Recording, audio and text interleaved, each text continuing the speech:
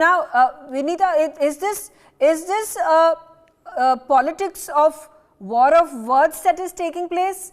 Also keeping in mind these are complex deals, we understand, and too much revelation is only going to scuttle the deal and perhaps be to the benefit of the enemy country. Maybe whether it's China that we are looking to at this point in time fight, and this deal would make us more superior when it comes to our military prowess and so on and so forth.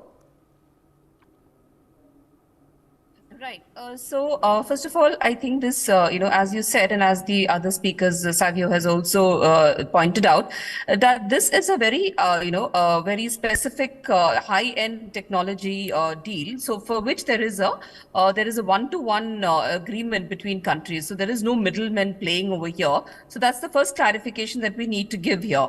And the second is that it is just the round 3 of the entire process of acquisition. We are still in the very early stages. So before even we take this very ambitious and very, high technology deal forward, we have these, naysayers coming forth and, spoiling the whole, environment and scuttling this whole nation building process that we are building brick by brick in this nation. Because what the Congress left behind, 10 years back was absolutely nothing. We had a country even without toilets. So what are they even talking about? Anyway, so coming to the point, we are still in the very early stages of negotiations with the US government, and we're in round 3, and the CCA and all of those aspects, the cabinet committee approval comes in the round 11 or so, in the later stages. And I think the Congress need not teach us about administration. We know very well how to go about the processes of approvals. We'll definitely go by the the government approved processes, and there's no other way out. But at the moment, as we can see from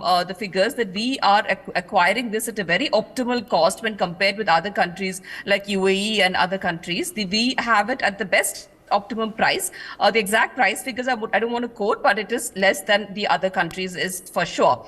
And secondly, it's also, as our Indian Army, our Indian Navy chief has also stated in a conference recently, that this particular technology that we're taking for maritime surveillance is extremely crucial and important for us, and which we've been thinking about taking even about 5-6 years back. There have been requests from the Navy coming in for this kind of technologies, which is why we've gone forth and going forward with this acquisition of this particular technology from the US affairs. So there's absolutely no element of facts and figures behind the Congress's opposition, because they have to oppose for the sake of opposing. And like Savio said, it all fizzles out because there is no fact and there's no basis for their arguments.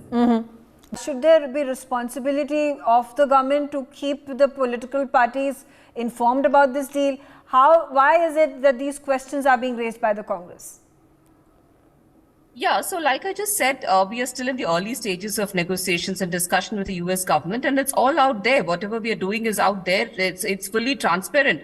I mean, these kind of negotiations and these kind of transfer between government to government, deals cannot be undercover. It's all over there, and so there's no hiding facts here. And also about a democracy. Absolutely, we believe in democracy, but we do not believe in in cutting down processes which are important for nation building, which is just for the sake of opposition, just for the sake of opposing big deals which strategically and nationally important, which the Indian Navy chief has also stated the importance of this surveillance mechanism, the maritime surveillance mechanism that we are, primarily maritime is also Air Force and Army is also involved, but these are crucial for the defense strategies, which countries like China have already acquired 5 years back. So we cannot be, behind the game in these defense deals. So therefore, utmost priority for the BJP government is the security of the nation. So we will do that following all fair and transparent processes.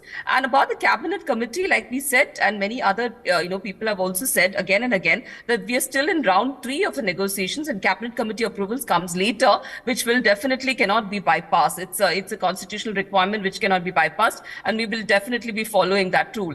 And as far as Atmanirbharta is concerned, out of the 21 drones, at least I think 9 of them only would be taken from, acquired, and the rest of them will be manufactured locally. And also it's going to be triggering so much of, opportunities for the MSMEs in the aeronautical space, the kind of, the ripple effect that this kind of a deal will have on the local economy is going to be amazing. And it's going to be, and we've proven it all over in other sectors as well, how we are invested in Atmanirbharta. So there is, definitely nobody can question this government of all the governments about Atmanirbharta, the kind of, efforts that we've been taking for developing the MSMEs, which have been a neglected sector all along. But we are promoting the MSMEs in all sectors, and even this deal is going to be triggering a whole lot of economy at the local level. Okay. And and in the manufacturing capacities of India itself, it's going to be improving, and also about the technology transfer, it's going to be as much as is required